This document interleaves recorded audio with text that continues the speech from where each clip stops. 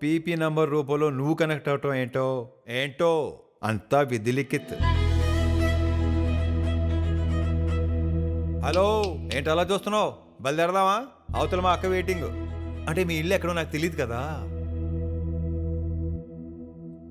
Bhagyalakshmi aunty వాళ్ళ అబ్బాయి phone వచ్చింది. నమస్కారం అండి. రా బాబు, ఆ రోజు రామాయణం గురించి చాలా బాగా చెప్పావు. అది లేవండి. రిటైర్ అయిన వాళ్ళకి సస్పెండ్ అయిన వాళ్ళకి ఇంట్లో పెద్ద పని ఉండదు అత్తయ్య. కృష్ణారామా అనుకోవడం తప్ప. ఫోన్. Thank you.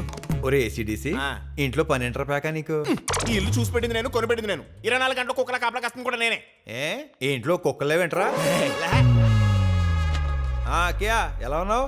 ఈసారి పెద్ద గ్యాప్ అంటగా అమ్మ చెప్పింది, అందుకే నీకు మంచి సంబంధం చూసాను రా. అక్కర్లేదు, మేము ఆల్రెడీ చూసుకున్నాం. ఆ అమ్మాయి కూడా నన్నే చూస్తుంది.